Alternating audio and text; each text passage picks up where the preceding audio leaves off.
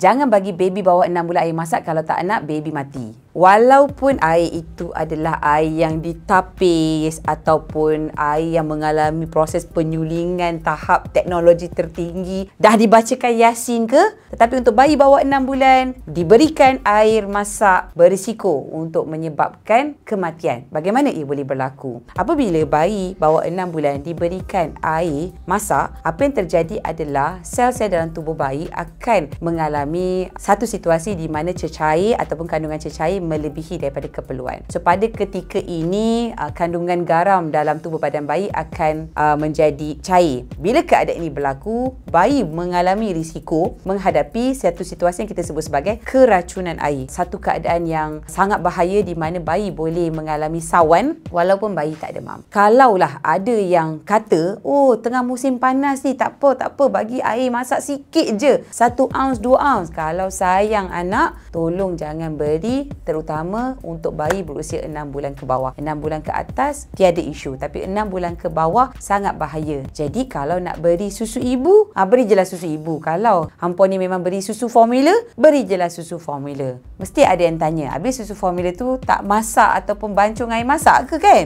So bolehlah pula, kenapa tak mati pula anak saya? Okay, so kita kena faham dekat sini, air masak yang saya maksudkan adalah air kosong yang 0 kalori itu. Kalau susu formula tu kita dah bancur dah, itu dia lain. Ini kalau kita bagi air kosong semata-mata. Jadi itu yang berbahaya, bukanlah isu bancur ke tidak dengan air masak. Habis tu takkan nak bancur dengan air laut. Jadi kita kena lihat apakah keperluan kita nak beri tu. Senang kata bawah 6 bulan tak ada keperluan. So tak adalah istilah musim panas nak kena minum air. Yang kena minum air banyak tu kita orang dewasa, tetapi bukan bayi. Dan satu lagi perkara kita kena faham, buah pinggang bayi ni masih belum matang. Untuk dia memproses jumlah air yang banyak tu agak membebankan. Itu juga satu isu yang kita perlu lihat. Lagi satu, boleh tak saya nak bagi anak saya susu kambing yang baru perah tu daripada kambing tu? Tak boleh, sebab susu kambing ke susu lembu yang baru perah tu, susu-susu itu tidak dinyah kuman. So sangat berisiko lah untuk anak kita yang bawah 6 bulan ni mengalami jangkitan. Bukan kata tak ada selalunya baby-baby yang 7 hari pertama ni yang kena jaundice ni adalah setengah orang kata orang tua ni dia berpegang kepada bagi susu kambing yang segar tu, yang dalam tong putih tu, aluminium tu,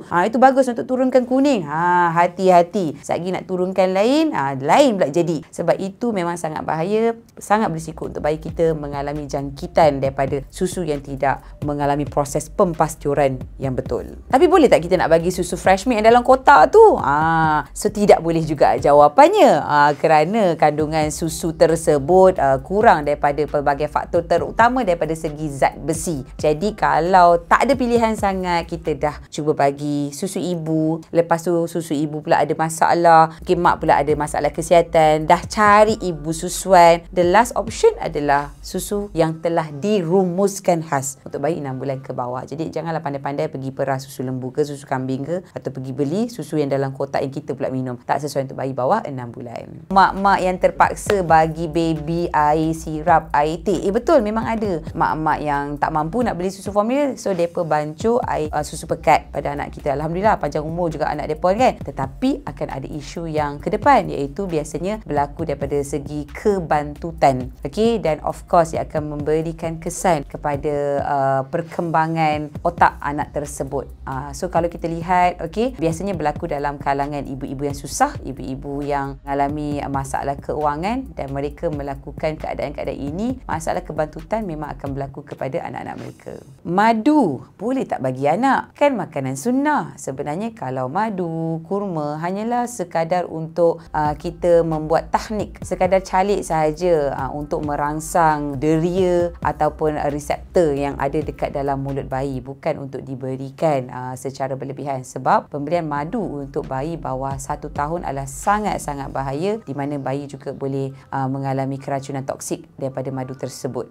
Boleh diberikan untuk bayi 1 tahun ke atas, tapi bukan 1 tahun ke bawah. Saya Nat Masrom, kaunselor Tasih Bertauliah. Saya berpengalaman menyantuni lebih 30,000 ibu sejak tahun 2017. Saya telah mengadakan pelbagai kelas-kelas penyusuan seperti sesi kaunseling, webinar dan seminar. Alhamdulillah, feedback ibu ayah sangat positif. Jom sertai webinar saya pada bulan 5 ini dan klik pautan yang disediakan oleh ML Studio sekarang.